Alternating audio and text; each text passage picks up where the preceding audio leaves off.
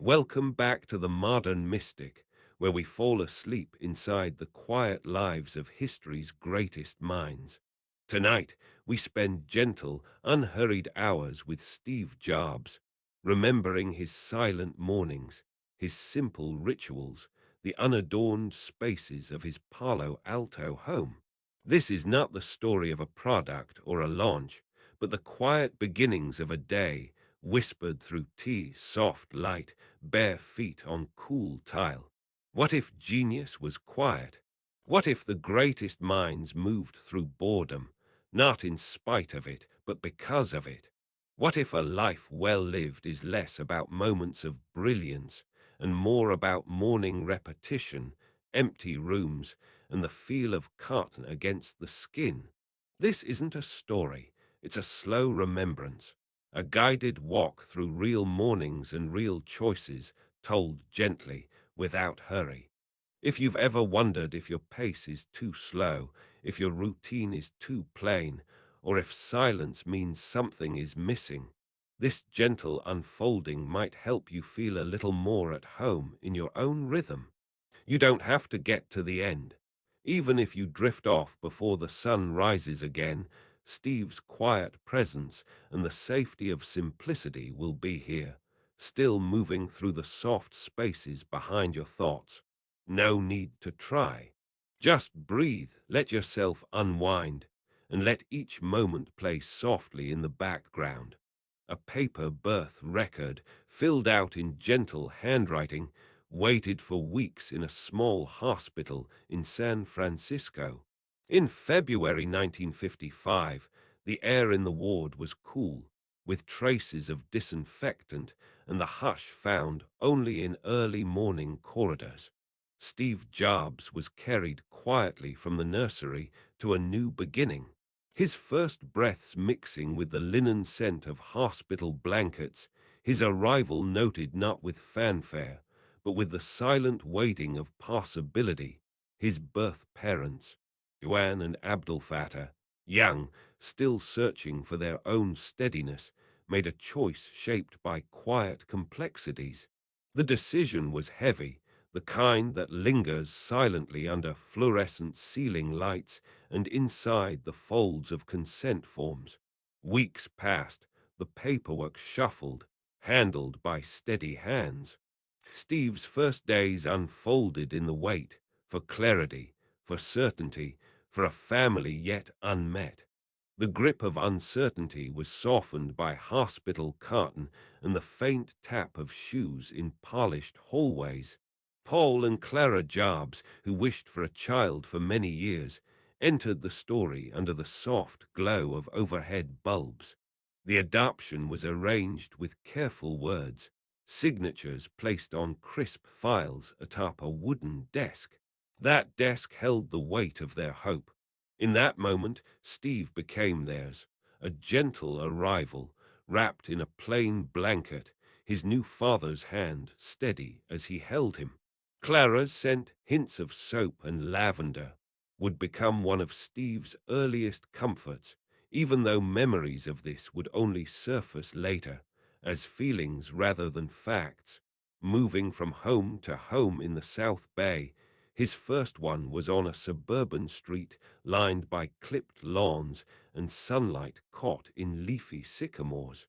Steve's earliest days were not eventful, only marked by a steady rhythm. The sound of a kettle on the stove, the muted thrum of distant traffic, a television blinking to life in the next room. The Jobs home was modest, touched by the sturdy reliability of formica tables and curtains that let in a filtered morning kind of light. Silence was not empty here.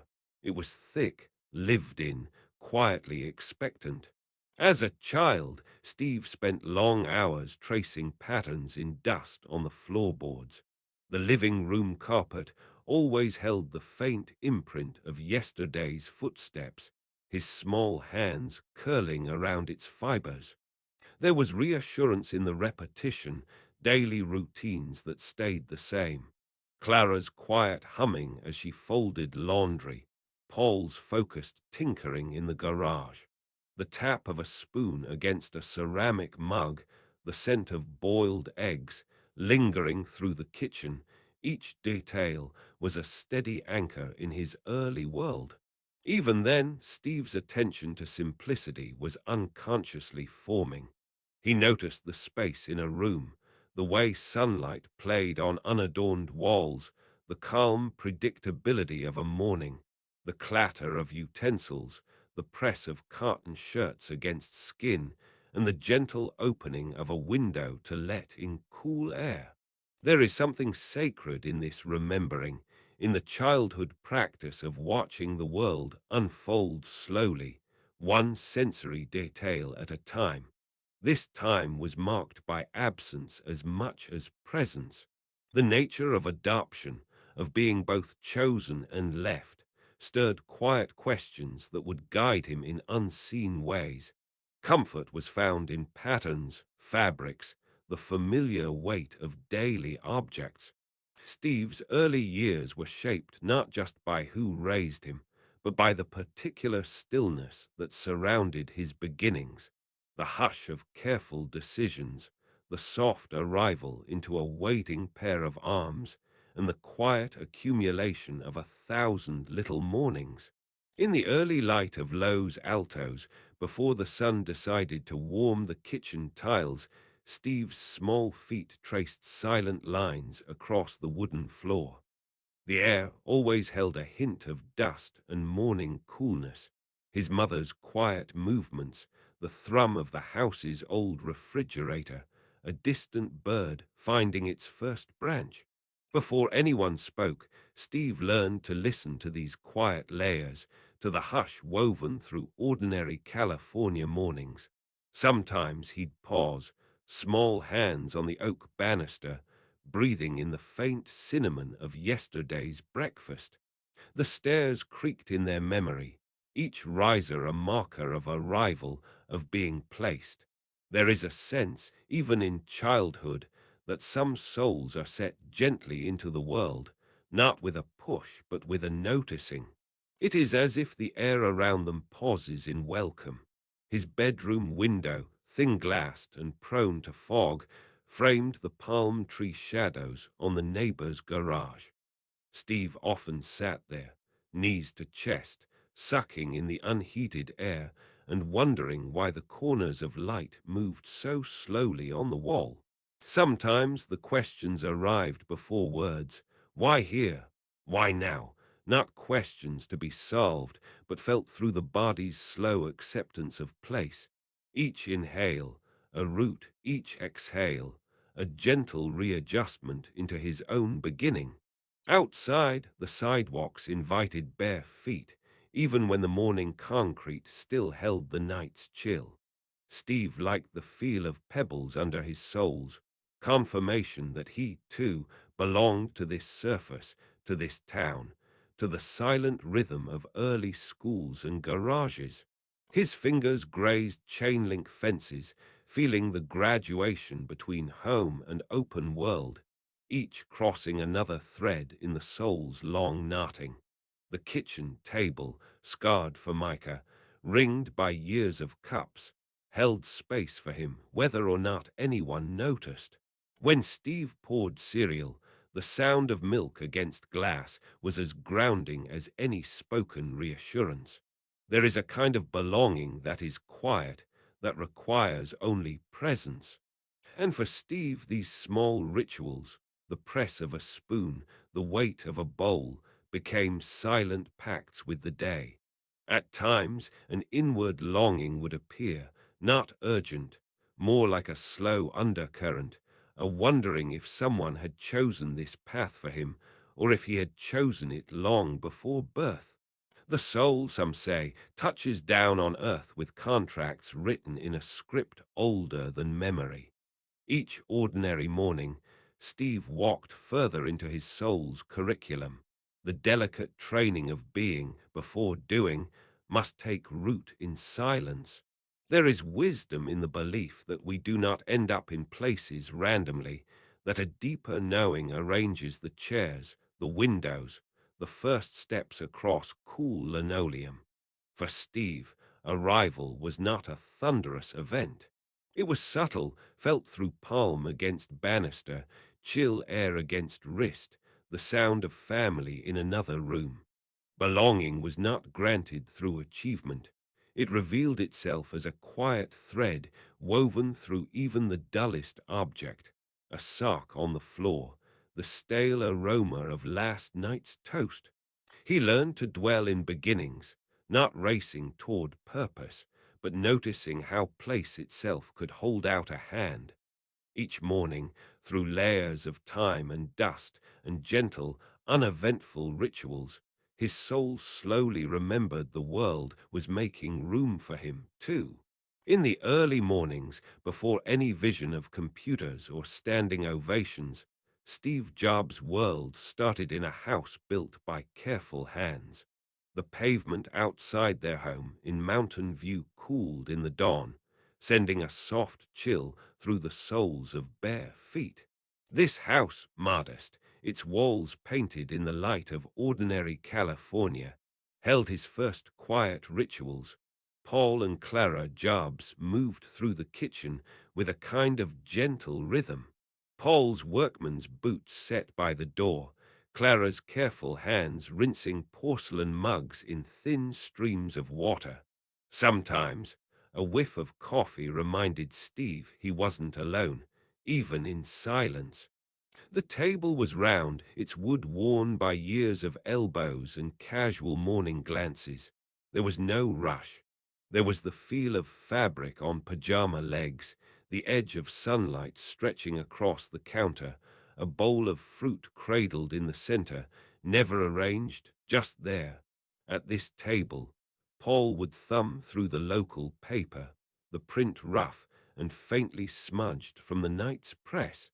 Steve sat quietly, sometimes just listening to the turning of pages. You could hear the soft scrape of a chair, a cough held back. These moments were plain, gentle, a kind of practiced normal. And yet even then there was a kind of reverence for ordinary things. The cooling steam from a cup, the worn linoleum underfoot, the silent transmission of care between people who rarely named it aloud. Paul was not a man of extravagance. In the garage, his workbench was arranged just so. Every tool had its place, worn but clean. Steve would run his hand along the wooden edge, feeling nicks and stains where learning had happened over decades. His father showed him how to align a screw without haste, how to sand a board until it felt like silk. There was beauty in doing one thing exactly right, never rushed, never careless. Even the smell of sawdust in that small space could feel holy, as if each particle remembered something finished with pride. Clara, with her quiet kindness, kept the home in a gentle balance. She folded laundry with deliberate care, corners even, shirts smoothed, each movement unhurried. Steve learned the weight of softness in her presence, the comfort of a folded towel stacked neatly, the hum of the dryer echoing softly through afternoon light. Her approach to life landed as a silent kind of grace, where small kindnesses shaped the day more than any grand answer. Their neighborhood sat on the edge of what would become Silicon Valley, but the valley then was peppered with apricot trees and quiet streets. Faint chemical smells from the nearby canneries sometimes drifted on the breeze. The simplicity of the place, the patchy lawns, the hum of sprinklers in summer, meant there was room for dreams to wander. He grew up knowing the texture of grass under knees, the rough bark of a backyard tree that caught the heat of afternoon sun. The world was changing just outside those doors. Engineers tinkered in garages, children biked home from school without hurry. But in this house, time slowed. A plate set on the table, a window cracked to let in the morning air, the steady presence of those who loved him quietly, all of it left a mark deeper than any applause. What shaped Steve in these years was not genius revealed, but patience learned. The act of watching a father build with care, the stillness of holding a cup and feeling it warm between two hands, the mystery that slow repetition, not rushing forward, could hold so much life. Each morning was a meditation, however unspoken. Their family, their home, the slow weight of ordinary space. These were the first sacred things he would ever know. And as the valley brightened, as sunlight passed through the thin curtains into the kitchen, something soft and lasting was always being formed just beneath the surface. In the mornings at the Jobs household, light filtered through simple curtains, falling onto wood floors that held the coolness from the night. Steve's father, Paul, moved quietly in the garage, hands running across pieces of lumber, smooth, splintered, and still waiting to become something useful. The garage wasn't just a place of making, but a lesson in patience. That space taught young Steve the slowness of craft, the hush between hammer blows, the time it took glue to set, the small, deliberate motions that brought meaning to the mundane. At the kitchen table, ceramic mugs sat in rows, often mismatched. Steve noticed their weight, the gentle click as they met the formica. Breakfast was unhurried. Sometimes his mother, Clara, would smooth napkins, folding cloth with a soft, concentrated care. There was no rush. The rituals repeated, unglamorous but steady. Even the passing of a salt shaker had a rhythm, hand to hand, eye contact, a silent acknowledgement. It was here, in the ordinary, that Steve learned to see the beauty in what others missed. Shoes sat by the door, always the same, always arranged with care. Mornings meant Steve would often slip out barefoot, feet chilled by the stone outside. The garden was silent, dew clinging to blades of grass, each step slow, grounding. He watched shadows change as the sun climbed, saw the way light reframed familiar shapes. Nature reminded him that nothing needed to hurry. Rain would come, petals would fall, and each cycle had its quiet necessity. At school, the world moved faster, but the memory of home offered a silent blueprint. He remembered the weight of his father's old tools, the scent of metal and sawdust. Steve admired the way his father insisted that even the insides of cabinets, parts no one else would ever see, deserved careful attention. This meant something to Steve, a silent standard, care for what's unseen, honor what is quiet. In those years, he read alone by small windows, sunlight drifting in as he turned pages.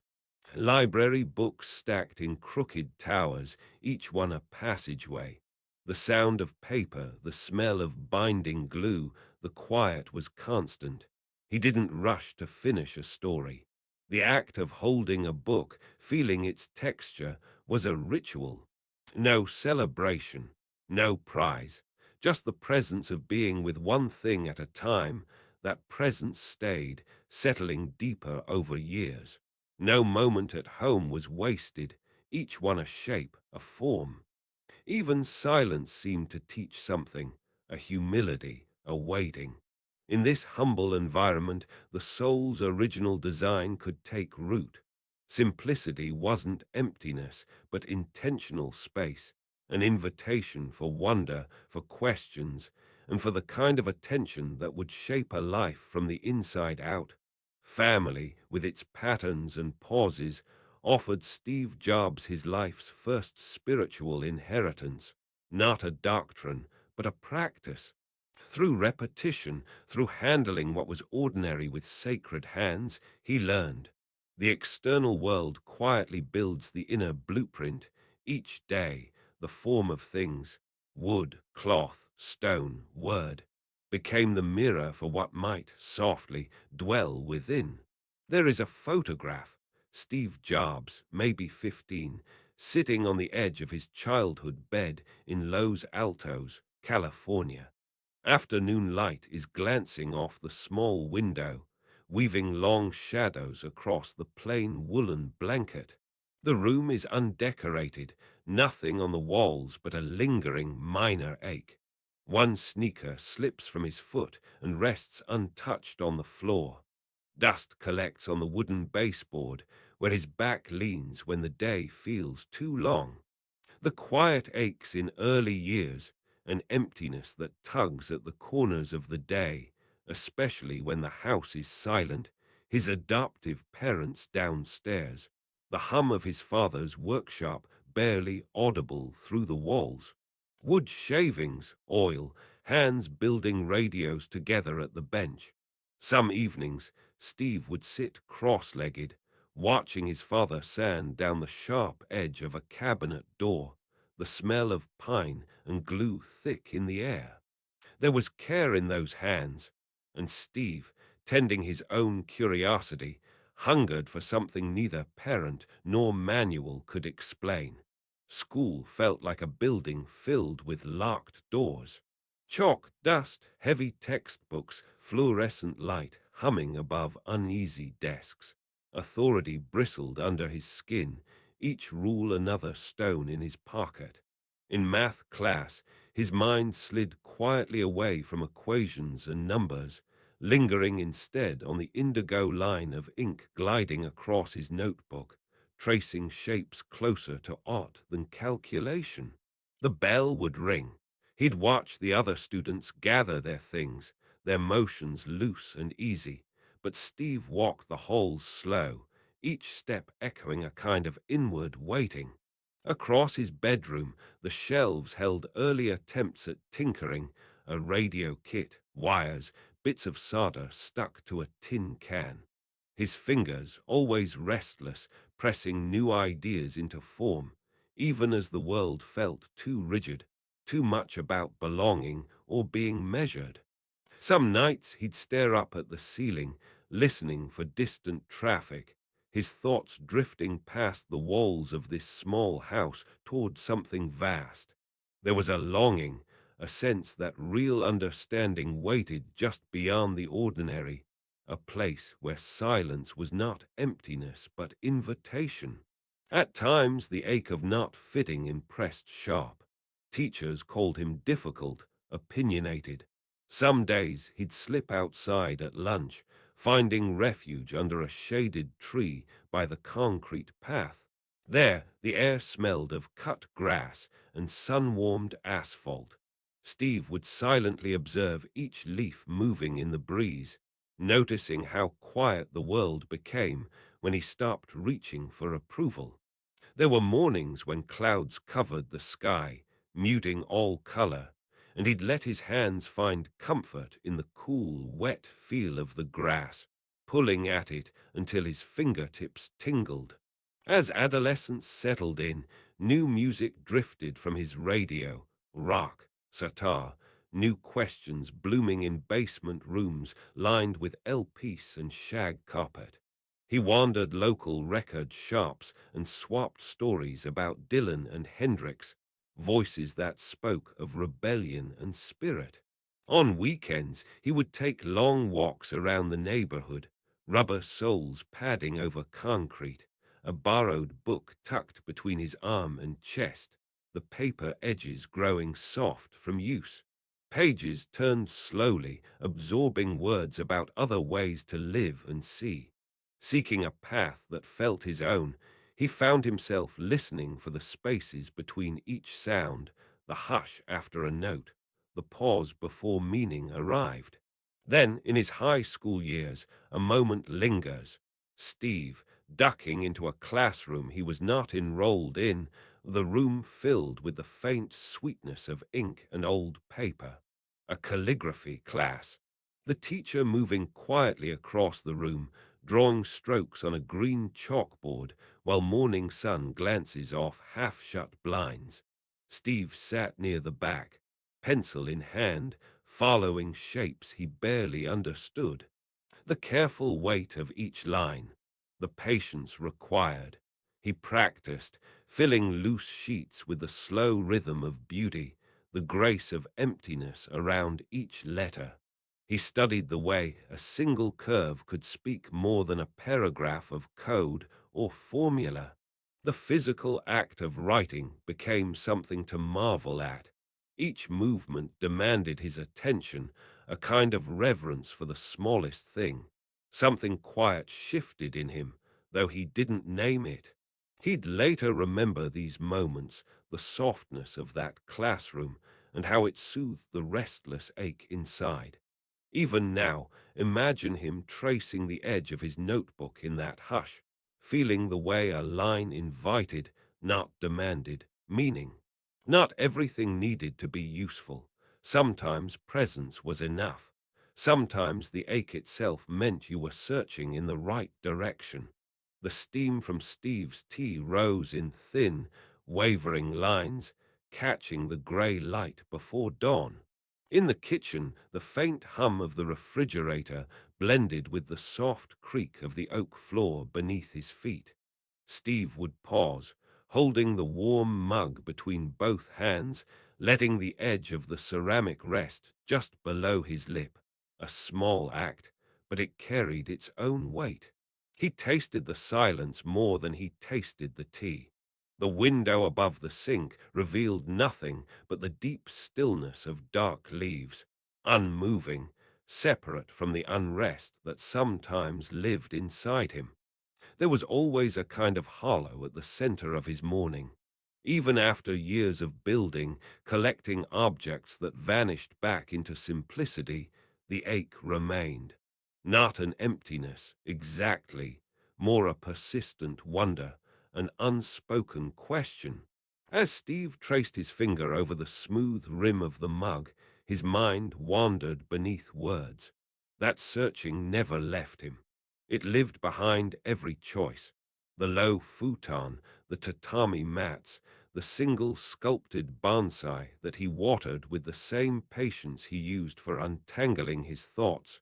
The air in the hallway felt cool against his skin as he left the kitchen.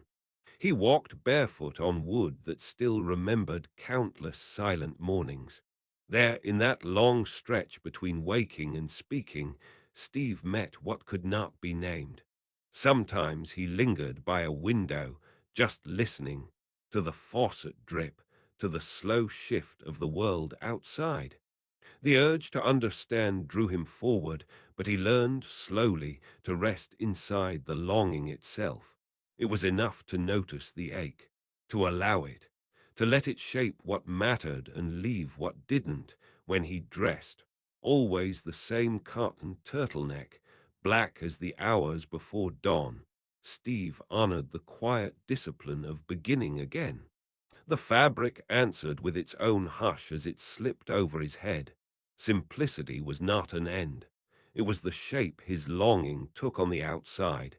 Inside, the ache deepened into a question that never set. Most mornings, he did not fill it. He only watched his hands, his steps, the way light changed as he moved from room to room. The longing became a friend, a quiet companion stitched into every intention, and in these routines, the sacred gap between what he could hold and what he could never name surfaced. The ache was not a problem to solve, not a shadow to chase away. It was a soft heartbeat at the center of everything. If he paused long enough, if he listened past the quiet, the longing itself felt like gravity, tethering, inviting, always leading him deeper into presence, and then beyond even that. Some mornings in the late summer of 1985, Steve moved through his Palo Alto home with a weight that sat very quietly, low in the chest. He would wake before the sun, the morning light still cold and flat on the kitchen tiles. His bare feet traced familiar creaks in the wooden floor, the air holding a hush that felt heavier than silence, the absence not of noise, but of certainty. He reached for his usual cup, the edges of its porcelain pressing against his palms, grounding, almost reassuring, a familiar ritual when the rest had become unfamiliar. There was an uncommon stillness as he prepared tea, sometimes chamomile, sometimes green, always simple. The steam rising, curling against the window, giving shape to the day's first thoughts, thoughts slowed by a kind of emptiness. He had left Apple not by choice, and the world had read the headlines. There was the envelope, heavy with his resignation letter, handed over in a room colder than it should have been, everything slowing down. I have decided to leave. Even the words had texture, the paper almost damp with the pressure of hard decisions. Out in the garden, the ground was cold and slightly damp with dew. He walked barefoot, letting the grass press soothingly into the soles of his feet, the scent of earth and water layered in the morning air. Each step was quieter than the last. There was no applause now, no laughter, just the breath between steps, the space where rejection lingers. The newspapers curled on the driveway, their black type speaking loudly about public failure, about someone too young, too driven, too much. He often paused by the Japanese maple. The leaves were thin, veined, soft at the edges. He would touch them gently, turning one between his fingers. Regret felt physical, not abstract. A tension in the throat, a heaviness along the spine. Yet there was no rushing, no urge to speed past discomfort. The Zen books on his hallway shelf were not decoration. On mornings like these, their pages were brick-colored and well-thumbed. He would sit, knees folded on the woven mat, low sunlight inching across the floor. Sometimes he did not read, only held the book, the embossed cover gathering warmth from his hands. Starting again was not triumphant. The borrowed office that would become NXT was beige and mostly empty. There was the sound of his own breathing, the click of a pen, the low hum from the fluorescent lights, dust on boxes, files stacked in careful rows. A single yellow legal pad on the desk, faintly scented with cardboard and new ink. Work moved slowly between rejection and hope. He listened, maybe for a sign, maybe for enough quiet to begin again. There was a spirit to the waiting, almost reverent, as if the pause was as necessary as any action. He opened himself to the uncertainty, letting it settle like sediment in a glass. Sometimes, when the pressure built, he drove alone along the tree-lined streets of Palo Alto. The car was quiet, sometimes playing the same Bob Dylan cassette, sometimes nothing but the wind through a half-open window. The world outside blurred, but inside the vehicle he could feel, for a brief stretch, unobserved again. Pixar, too, began this way. An idea, uncertain but necessary, held between meetings and quiet nights. There was no telling which creation would thrive, or if any would. The rooms were smaller, the voices more cautious. Even so, in the silence before others arrived, Steve would place his hand along the edge of the table, feeling the grain of the wood, the small scratches left by those before him. He welcomed, sometimes, the solitude of failure. The spaces where things had gone wrong held a holiness he would not trade, not for comfort, nor easy victory. Still, his mornings remained slow.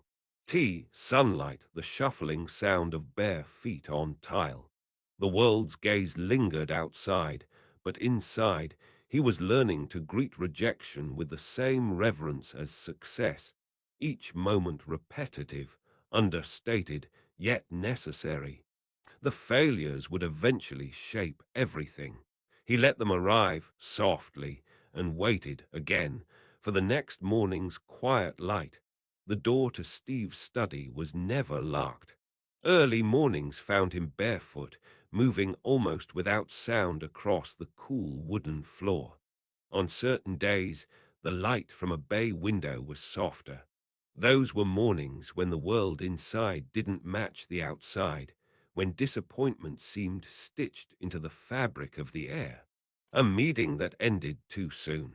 A pitch that met with unmoved faces.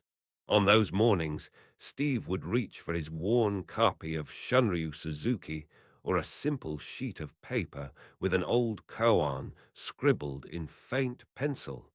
Sitting cross-legged beside a sand-colored rug, there was no fixing, no rushing, just silent noticing. His breath slowing, an exhale as steady as the lines in the grain beneath his feet. He often made tea with slow, meditative movements, a ritual of presence when the mind felt cluttered by setbacks. The kettle's gradual heat, the subtle song of boiling water. He favored a simple white cup, sometimes chipped, pouring, waiting, watching the rising steam. The silence wrapped him with more clarity than celebration ever did. In these pauses, failure shifted from something to erase to something lived through, as quietly as breath. There was no resistance, only room. Outside, dewdrops clung to the edges of the broad leaves in his garden. Steve would sometimes walk the path in silence, toes touching chilled earth. Each step was slow, the day's heaviness grounding him rather than pulling him under. The path went nowhere special. It just circled an old apricot tree, the same one present on mornings of great acclaim and mornings of defeat.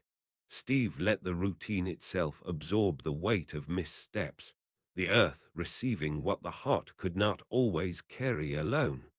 There were mornings when he would let himself simply feel the heaviness. Not every mistake needed a lesson, not every failure needed a new plan. Sometimes the role of error was to open up an emptier space inside, a brokenness gentle enough to hold beginnings not yet formed. This was not surrender, just a letting go of resistance, an honoring of the real. Nothing substantial about his being ever changed with these outward setbacks. The truth of presence remained untouched, even as circumstances bent and shifted. Sometimes, in the stillness after a failed project or a harsh criticism, Steve would turn a small object over in his palm, a smooth river stone or a piece of driftwood from a past walk. The object held a sense of history, of mistakes weathered and smoothed over time. The tactile coolness grounded him. He didn't speak these moments out loud, but they left a faint imprint, like footprints in wet sand. Each misstep and turning point was simply absorbed into the texture of his life, never erased, only softened. The living room reflected his spirit most on these mornings. Uncluttered, bare save for necessary things, a chair, a lamp, sunlight spilling on the floor. There was a reverence in how little he kept, as if emptiness itself made space for what mattered. On days of challenge or regret, Steve rested in this emptiness, letting it become a vessel for whatever the new day would bring. He understood, quietly, that only what was real inside endured, while every failed attempt, every harsh word, folded into the sacred function of becoming. There is a quiet resolve that settles into a house before breakfast. On this particular morning, the floor, the wood, pale and untouched by shoes, carries the faint hush of bare footsteps, the kind that belong to someone who knows exactly where to place their weight. Steve's mornings were never rushed. The refrigerator door opened with an even hand, the sleeves of a black turtleneck brushed softly against skin. The kitchen was stripped of any clutter, the counters empty except for a single bowl, a glass of water, and sometimes a plate of fruit. The refrigerator held what was necessary, not more. The same simple bounty, again and again. Fresh carrots, a thin slice of apple, maybe a few nuts. routine so embedded it felt like breathing. There is a comfort to sameness. The hem of cotton pants, the neat fold of a sweater resting on a plain wooden stool, the scratch of linen napkin softening at the edges from many washings. Steve's wardrobe never varied. Each morning black met denim, as familiar and steady as the path down the hall. There is no decision here, only trust in repetition. The closet, a line of turtlenecks, the cuffs all rolled the same way. It was not an affectation. It was relief. Standing there, fingers brushing fabric, there's a weight lifted when choice disappears. In the bathroom, the sound of water ran low. A steady ribbon, neither hot nor cold, but just enough to wake the skin. Towels were folded and placed in a single stack. No piles, no florals. The plainness was intentional, almost meditative. Each item chosen once and kept for years. A single toothbrush laid to rest in an unadorned cup. Every gesture part of a pattern, invisible but unbroken. The time spent here was always the same measure, like tracing circles over smooth stones, the shape of practice quietly reinforcing itself. Breakfast followed a pattern too. The bowl, when filled, always looked similar from day to day. Sometimes muesli, always simple, unadorned. He would eat at the window, where the early light broke through frosted glass and dusted the table in pale gold. It was quiet, save for the muted clink of a spoon on ceramic. There is a holiness in these steady routines, even in the hush between mouthfuls, even in washing the bowl under running water. The same motions over and over until the body learns, this is how we move. This is how morning begins. Repetition was never dullness, he seemed to know. It was freedom, to choose once and let every day be held by that choice. Simplicity pared down until the body could rest in it. The plainness of shirt and shoe, bowl and towel became a kind of prayer, a steady ember burning quietly, undisturbed by what changed beyond his walls. The kettle stands on the counter, a shape so ordinary it nearly disappears against the stillness of dawn. Steve's hands move without hurry, finding the match, striking it, waiting for the faint sulfur breath as flame meets metal. Every morning begins this way, the same way. His kitchen is washed in a pale blue that belongs only to early hours, long before sunlight sharpens the lines. He lifts the ceramic pot, feels the weight rest into his palm, simple and cool. The sensation of porcelain, unglazed at the rim, reminds him of the meals he once shared in Japan, savoring rice, noticing the quiet between words, the ritual of pouring water, watching leaves swirl, letting time stretch, unmeasured. Tea steam rises, curling toward the ceiling. Nothing else is needed. On the wooden floor he stands barefoot, finding the grain underfoot, the faint grains of dust that settle overnight. One step, then another. The same path worn into routine, the space between kitchen and window. Each footfall a conversation with the house and the world beneath it. He listens to the kettle finish its hum. He moves quietly, his presence soft so as not to disturb the silence already living here. The slippers beside the door remain untouched. Bare feet keep him anchored. In simplicity, there is a kind of prayer. Facing the morning he dresses, a black turtleneck, the fabric always the same. Not an afterthought, but a decision made years ago, so the mind could drift elsewhere. The soft give of cotton, the precise fold of cloth. The ritual carries him, not as habit, but as a mindful anchor. Every texture registered, the soft stretch at the collar, the click of the hanger returning to the rail.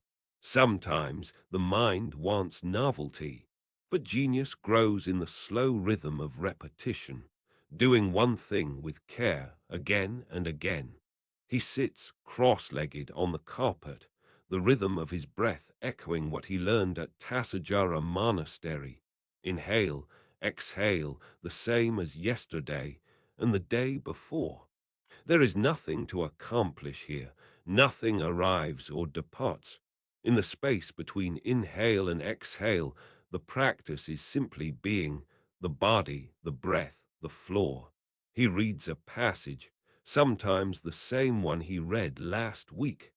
Words don't dull through repetition, they deepen, growing softer and more true. Silence, interrupted only by the rustle of paper when he turns the page. He lets the room settle into its own quiet resonance. Outside, morning finds its way under the doorframe. Light, edges blurred against the hardwood, moves inch by inch as the sun climbs. The house, the rituals, the person, bound together by doing, not by thinking. Practice and repetition become a soft touchstone, a neural rhythm quietly holding the spirit. Before anything grand, before change or creation or vision, there is only this: tea, air, wood, footsteps, breath. To live well is not to invent, but to return, again and again, to what is real and to let it hold you. In his Palo Alto home, the surfaces are bare. The light pools softly across a wooden floor, cool beneath bare feet. Jobs move slowly, fingers trailing along the edge of a low table, noticing the absence of clutter, how space itself feels honored. You can almost hear the hush, cellophane silence folding itself around each small movement. The sound of a cup set down, the distant click of a sliding shoji door. He stands in a corner some mornings just to see how the light changes. The way it falls, spare, patient, never rushed, reminds him of mornings spent in Kyoto. Simplicity was not an absence but a presence. The arrangement of stones, a single maple's shadow against white paper. He remembers how gardens in Japan invite pause, how every line in a raked path slows the mind. The garden outside his window is quiet, nothing resembling grandeur. Each plant chosen with care, each empty space allowed to remain uncluttered. There is comfort in that restraint. There is a devotion to form, an attention to making even emptiness feel tended. Sometimes his hand lingers over a ceramic bowl, appreciating the weight, the handmade irregularity in the glaze. He once paused for a long time, admiring a teacup's simple curve, a shape that felt both ancient and modern. The designers he worked closely with understood this. There is beauty in restraint, a sacredness in refusing to add what is not needed. Sitting quietly, he might drink tea alone, watching steam dissipate in the stillness, remembering a Japanese calligrapher's slow movement across rice paper. He understood. The empty space of the paper was as meaningful as the brushstroke itself. Textiles in the house are soft and plain, unfinished pine benches, linen drapes, a low futon by the window. Each object holds its purpose directly. There is nothing ornamental, only what is enough. He believed making things well, making things simple, was a spiritual act, not a stylistic one. It is the spirit of the garden, the silent corridor, the calligrapher's steady hand. Even the sand in a Zen garden is raked again and again for no reason except the care it brings. He finds himself returning to that devotion daily, wherever he is, cleaning a counter, folding a shirt, attending to the smallest thing with patience, letting the plainness of the moment become precious simply by noticing. In the earliest light, Steve would rest his gaze on the simple form of a stone set upon the edge of his kitchen windowsill. It wasn't rare or costly, a smooth grey river stone, warmed by years of sun and touch. Its shape held a quiet elegance. Some mornings he would turn it gently in his palm between sips of tea, feeling the coolness, the softened edges, sometimes setting it back carefully so the angle caught the newborn sun just so. The stone was unchanged, yet in the shifting light, beauty became something fluid and alive, a presence to meet, not a possession to hold. In these soft, private moments, devotion wasn't an action but an atmosphere. There, in the stillness after sunrise, the old wooden floor cool underfoot, Steve's mind wandered the sparse lines of the space, appreciating the aged grain, every knot and scar. He loved this room for what it wasn't, filled with little more than what a morning required. A teapot, a clean mug, the heavy linen of the curtains. He would slide his fingers over the rim of the cup, sometimes pausing to notice a flaw in the glaze, a small chip. These small irregularities drew him in. They were proof that real beauty welcomed imperfection, that the truth of something precious could be revealed through gentle use, not constant display. He trusted this kind of seeing, a seeing that was as much about letting go as about attention. Soft footsteps padded into the garden, dew rising cool against bare feet. Steve would pause between two stepping stones, eyelids lowered, letting the early air move across his skin. The bamboo leaves stirred just enough to be heard, not pushed. He'd reach out, lightly tracing the rough upward bend of a weathered fence post, taking in the scent of damp earth, the faint sweetness riding the breeze. Beauty felt less like something made and more like a meeting place, where effort softened and being became enough. He would close his eyes and let a breath linger, holding the simplicity without claim.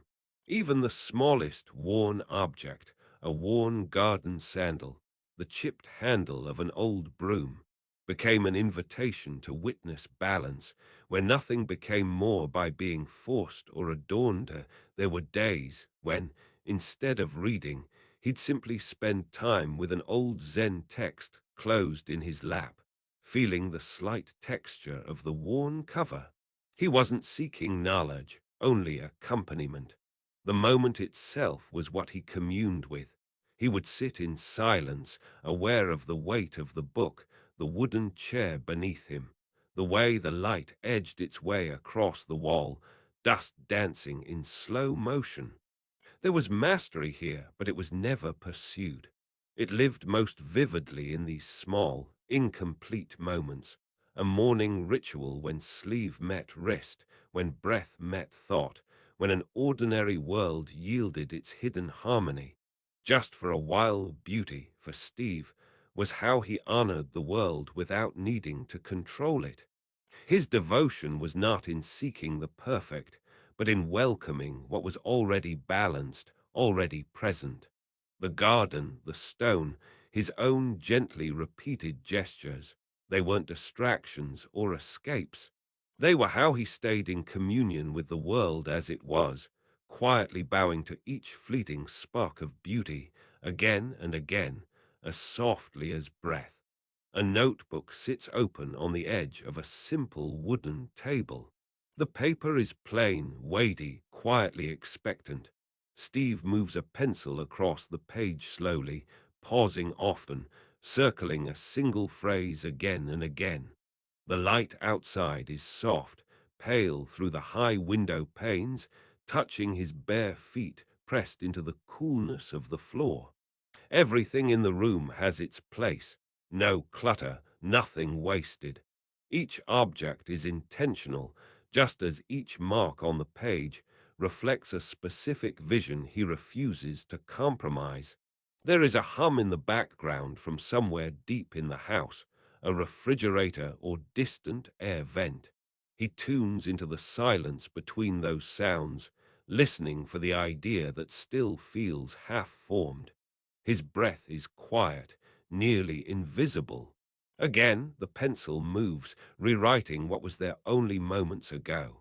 He is relentless in this, rewriting, erasing, rewriting once more. The sheet gathers small indentations, almost invisible, evidence of hundreds of tiny revisions. Nothing is ever quite right. Everything is worked until it feels simple and clear. Later, he slides open the glass door and steps into the garden, the morning grass damp underfoot. A small stone path leads toward a bench where he goes to sit alone, script pages or product sketches gathered in his hands. He runs his thumb along the edge of one page, feeling how imperfect the cut is. That detail catches his attention, how smooth the corner should be, how crisp the fold. He waits in the cool air as if giving space for clarity to appear. There's little movement, save the quiet sound of birds and the faint rustle of bamboo along the fence. He reviews the sketches, eyes narrowing with focus, moving his finger along the contour of a line that isn't as elegant as it could be. The work will be done again. Perfection lives in these small corrections, repeated again and again, until the design offers a feeling that is almost silent in its completeness. Inside the design room at Apple, the energy is dense. Glass walls, brushed aluminum, the faint hum of computers, everything is cool and precise. Steve stands at the center, barefoot still, black turtleneck sleeves nudged up to his elbows. In one hand, a device model, smooth, almost like a stone turned in the river, and in the other, a list of points rewritten that morning at his table. He steps forward into the space, his presence quiet but taut. He invites the team to look closely at one edge, to notice how it catches light, how it feels in the palm. He barely speaks above a slow murmur, asking them to question not just how something works, but how it feels. The silence after each request lingers. No need for quick answers. Someone brings him a prototype. His fingers glide over its surface again and again, pausing at the edge where two textures meet. He hands it back, saying only that it needs to feel inevitable, like it could not possibly be any other way. He does not hurry them. He sits, watching quietly, sometimes closing his eyes and letting his other senses lead the reading of the room. Hours pass like this, close work, endless review, mostly silent. The others grow tired first. He does not. The nights before a launch are marked by this kind of intensity. The careful checking of each box's weight, the way the screen reacts in a dimly lit room, how the color looks at midnight compared to sunrise. There is no softening to his vision in these hours. He glances once more at every small detail, not satisfied until something fundamental clicks into place inside him. The feeling that the product, the space, the experience has found its essential form. The morning sun was never hurried through the windows of Steve Jobs' home.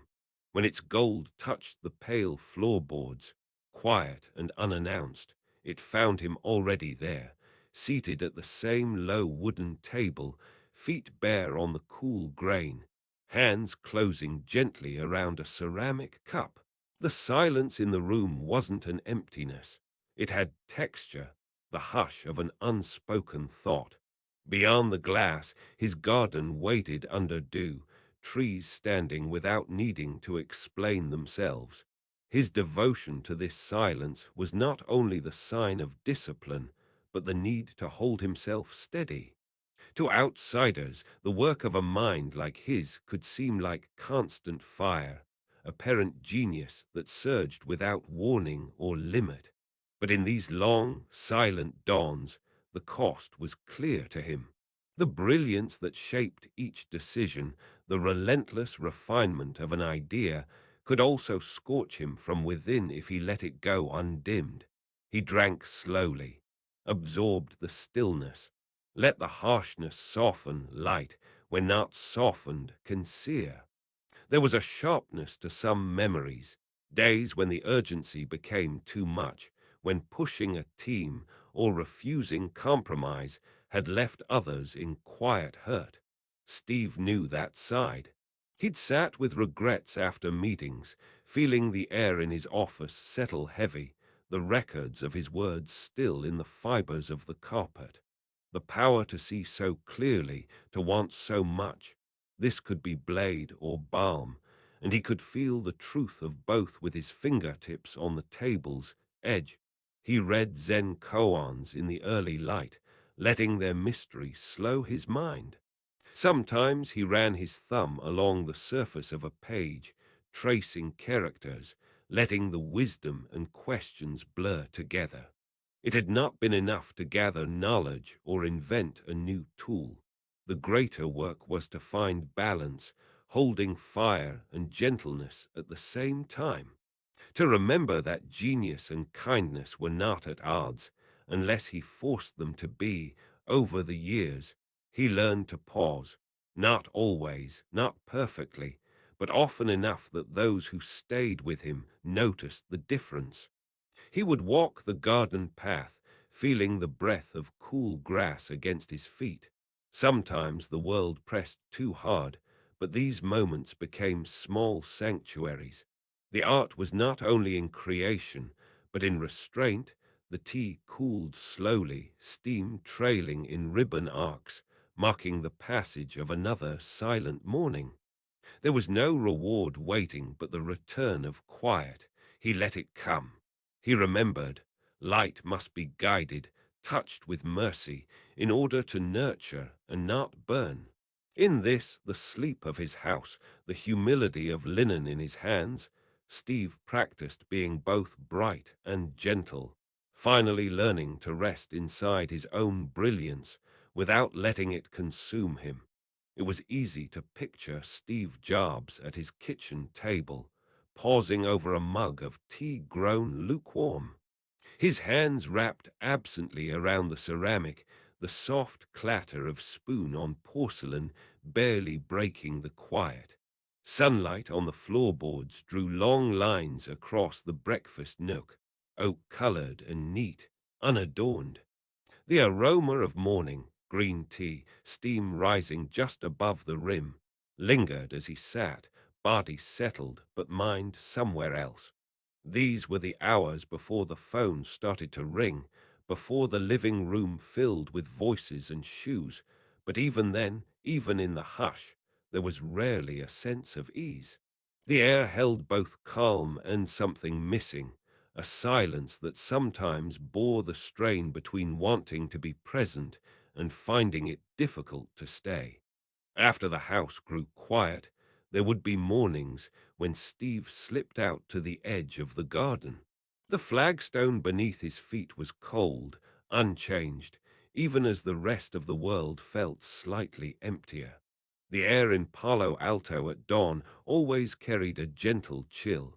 Unbothered by human plans, Steve moved slowly, hands around a small cup of jasmine tea, warmth pressing through porcelain, and for a moment he would notice the absence, the thinning of sound near the kitchen window.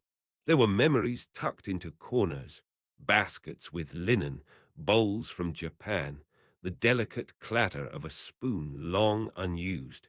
Even the shadows in the hallway spoke of what had quietly fallen away. He often sat alone at the simple table, the grain of the wood familiar beneath his palm. He did not bring out new chairs, did not fill the house just to mask the loss. There were letters never sent, stacks of paper still beside the phone, waiting. Objects held weight, but never completion. In those early hours, he would often reach for a book, the same well-worn Zen text, and read slowly, not to forget, but to remember how to stay with emptiness. pages turned with care, bordered by the light from the window, as if the act of reading could gather what was missing, hold it quietly long enough for breath to return.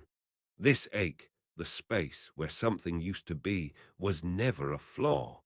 Steve seemed to carry his losses like carefully mended fabric, threads showing where life had split one thing into many pieces.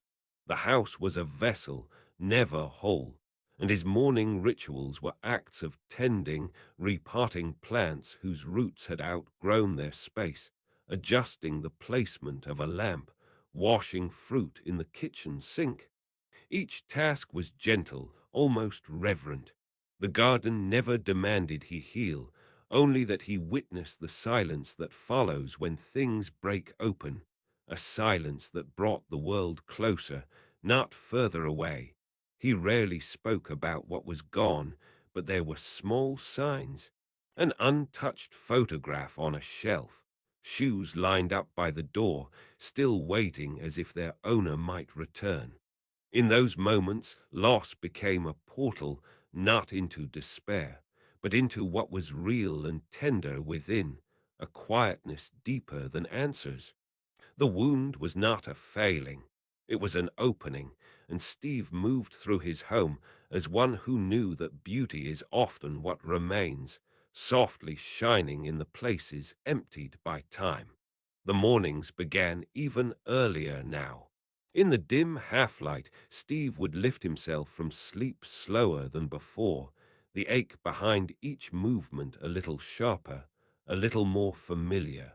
Against the soft cotton of the sheets, his hand rested for a moment before he rose, measuring breath against the hush in the room. The floorboards felt cool to his bare feet, cooler than the summer before. He stepped carefully, favoring the side where the discomfort had grown more insistent, tuning into the ordinary gravity of the moment. The old window above the kitchen sink welcomed in a muted gray. It wasn't the clear gold of his younger mornings, yet he still paused to watch a shimmer of dew slide down the glass.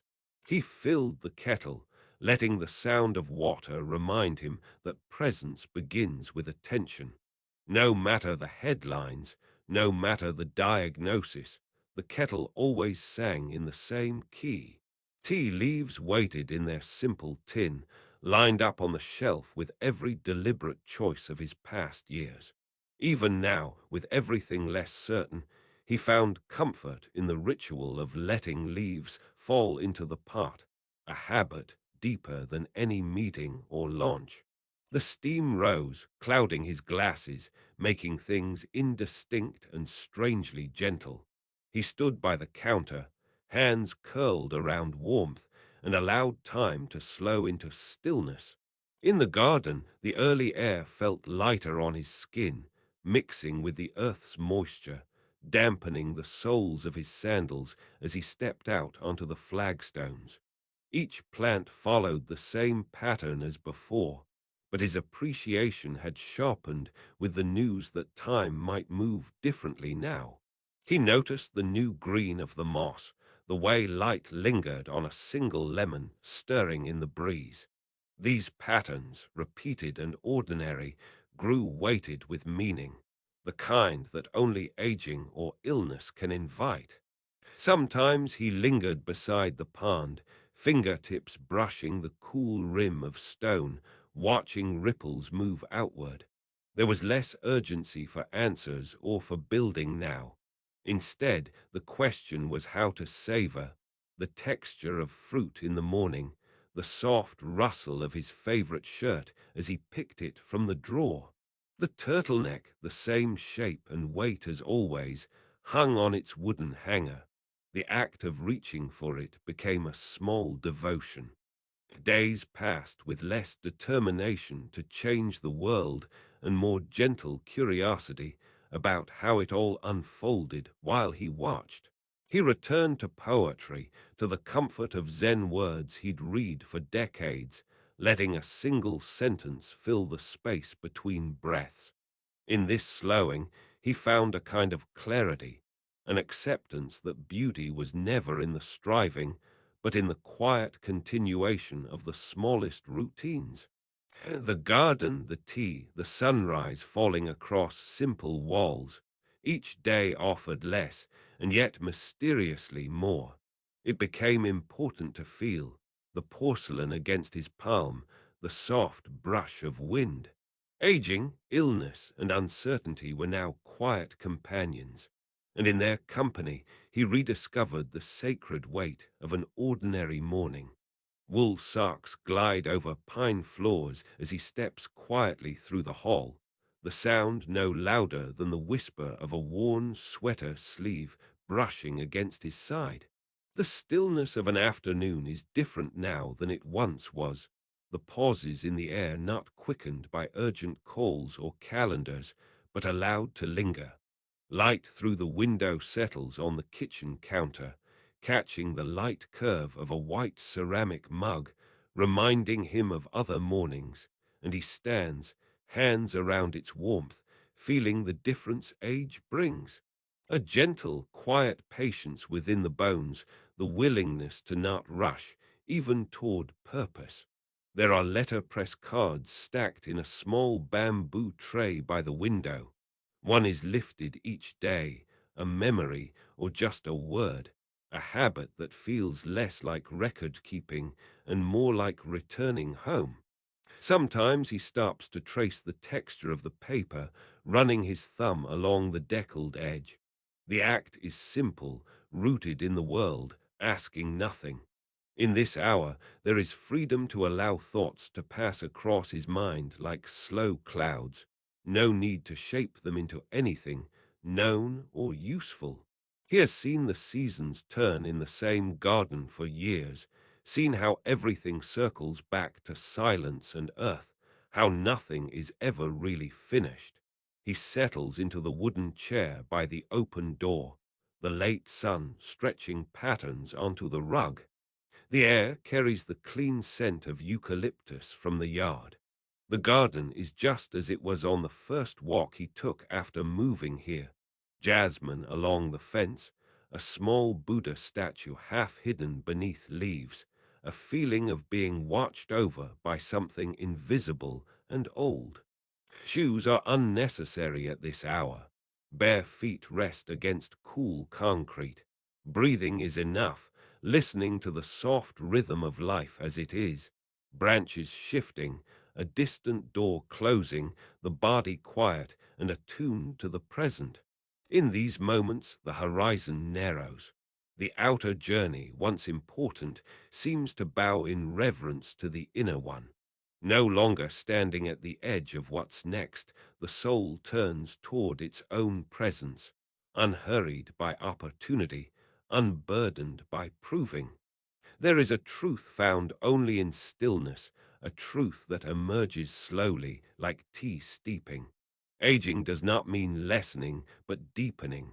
The world becomes small and sacred, a mug, a patch of sunlight, the weight of a favorite turtleneck resting on shoulders. Here, meaning is not chased or seized, but received. And as daylight folds into dusk, there's relief in tending to the moment, however ordinary, letting it be enough. Presence becomes the greatest luxury, attention given to the ordinary, love poured into the smallest tasks, humility in the face of fleeting time. Through stillness, reflection is no longer a judgment, but a homecoming, the same as the breath, rising and falling, arriving with no urgency, departing with no regret. Just being, just this and nothing more.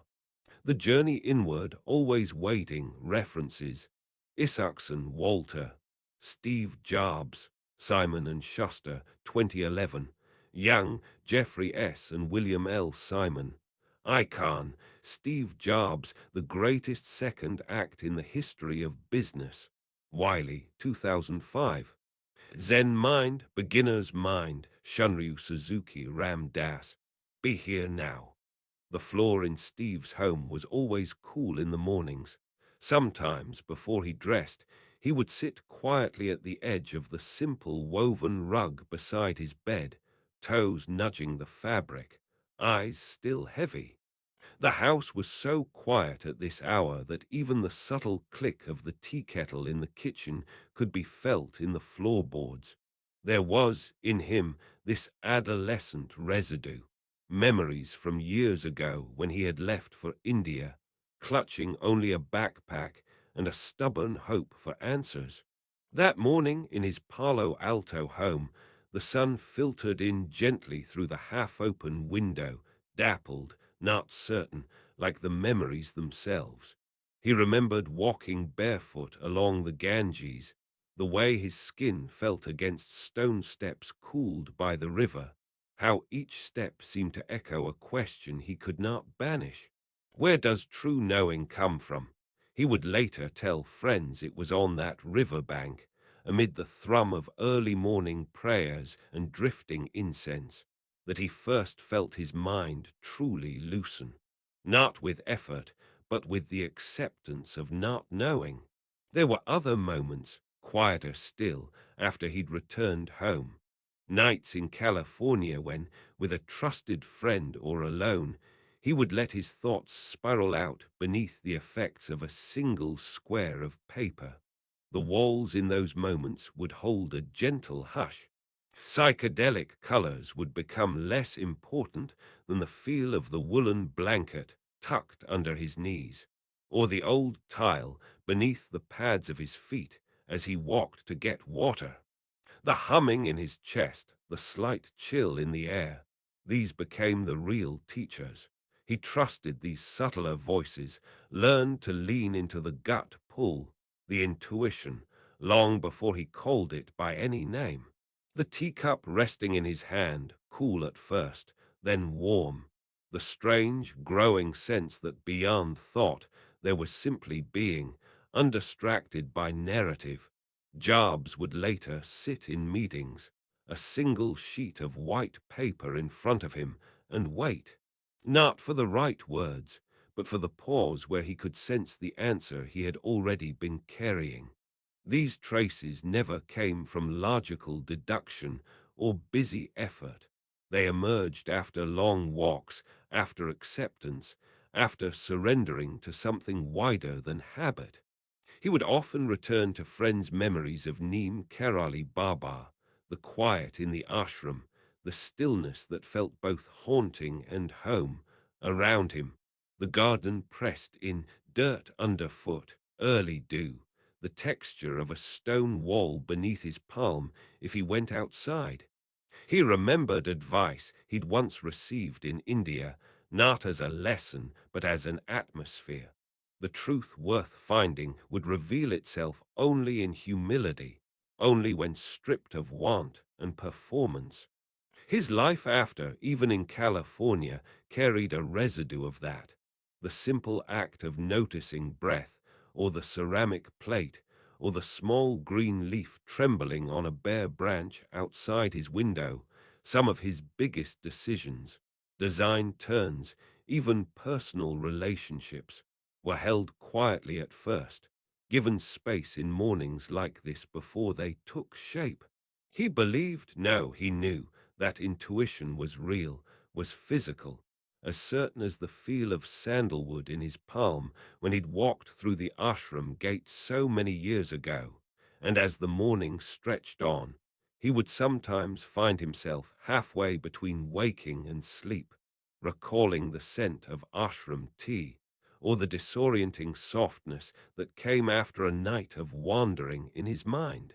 These were not visions, they were layers, each one a deeper silence, inviting him to listen with more of himself than only his mind. The light spread on the floor, the weight of a cotton shirt on his shoulders, the memory of laughter with fellow seekers, each sensation reminding him he was never separate from the living mystery he was seeking to know, even now, as he sat in stillness, listening to the world wake inch by inch. He understood that the greatest answers arrived not through force, but through yielding. through the invitation to feel, to let go, to simply be present with whatever arose. That was the dream, the real one he kept returning to, not an answer, but a space held in the gentle memory of cool floors, soft fabric, and flashes of intuition that sparkled quietly in the belly long after the mind had fallen silent. There were mornings when the hush felt even deeper, as though the world itself was pausing alongside him. The air inside Steve's home would seem impossibly still. Slats of light traced gentle patterns across his tatami mat, slicing through the curtains and coming to rest on the pages of his Zen books. The kettle, once warm in his hand, cooled slowly on the wooden table, the heat fading into the quiet like a memory moving just beyond his reach. He would let his eyes drift, allowing the space, the white walls, unadorned but alive with the faint rhythm of daylight, to become itself a kind of dream. The woven texture of the mat under his toes grounded him, yet within that sameness he experienced a kind of floating, a suspension from everything that pulled at him during the day. The ordinary became translucent in that hour. Even as his breath moved in and out, even as he noticed the tiny walls of steam from his tea, there was room for the inner world to rise up and blend with the outer.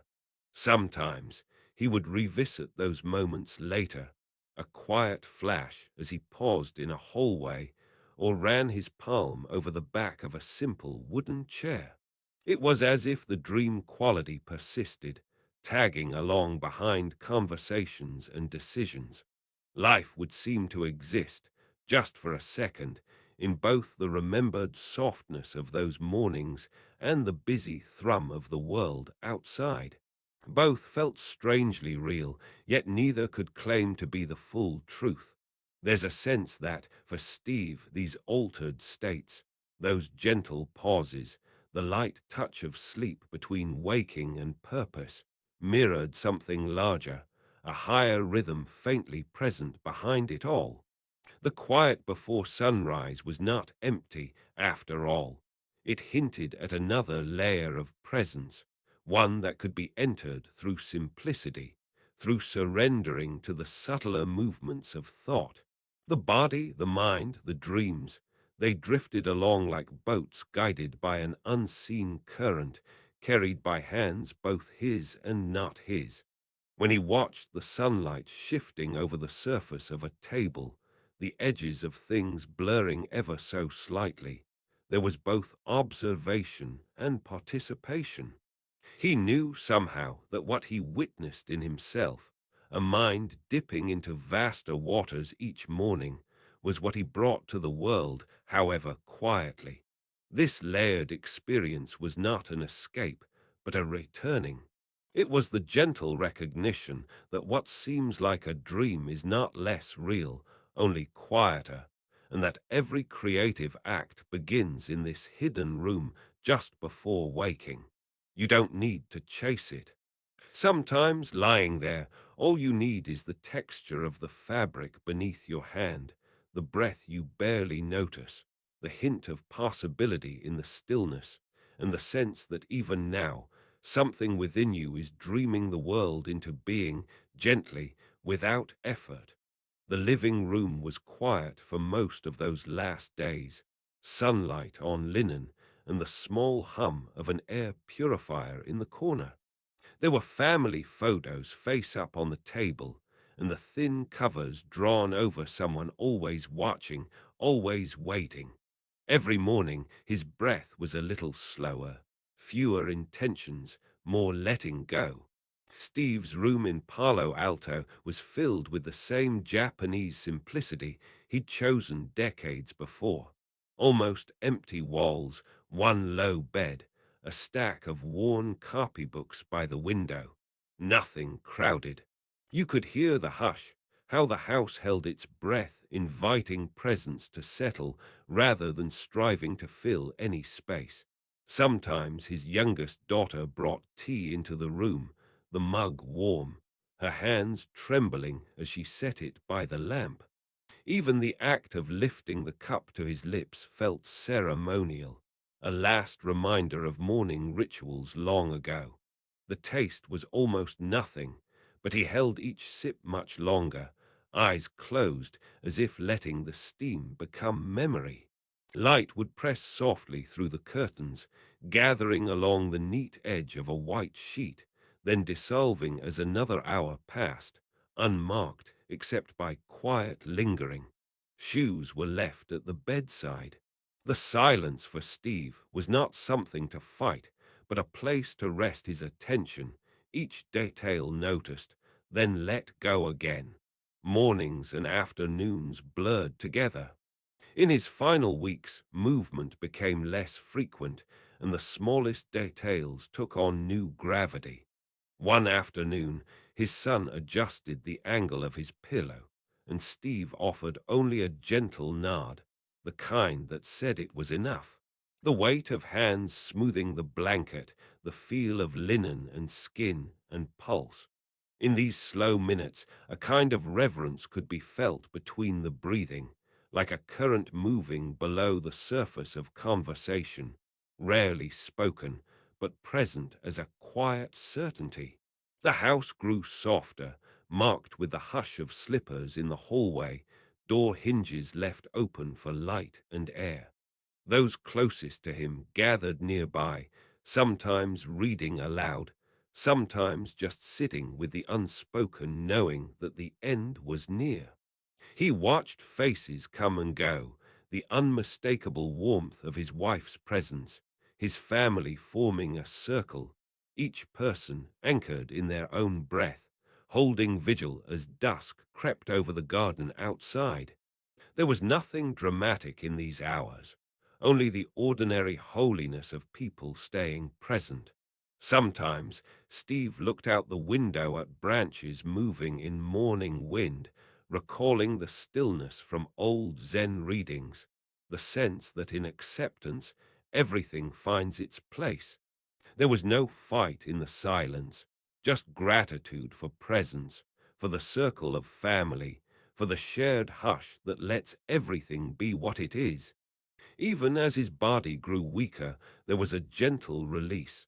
The same attention to detail he once brought to his work now turned inward, making room for peace in every breath.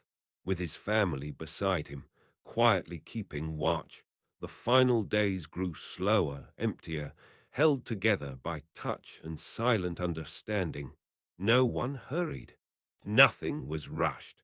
It felt like walking through a memory that was still unfolding, thread by thread, as the soul lingered a little longer in the home it had shaped for so many quiet years. The pale sunlight never truly leaves the corners of Steve's home. It only changes its angle, settling with a long hush along white walls and the edge of a bamboo mat. At dusk, he'd linger in the hall, a hand bracing softly against the smooth wood of the doorway, the other carrying the last empty cup from his tea. The house bore the hush of lived-in space, a quiet too deep to measure.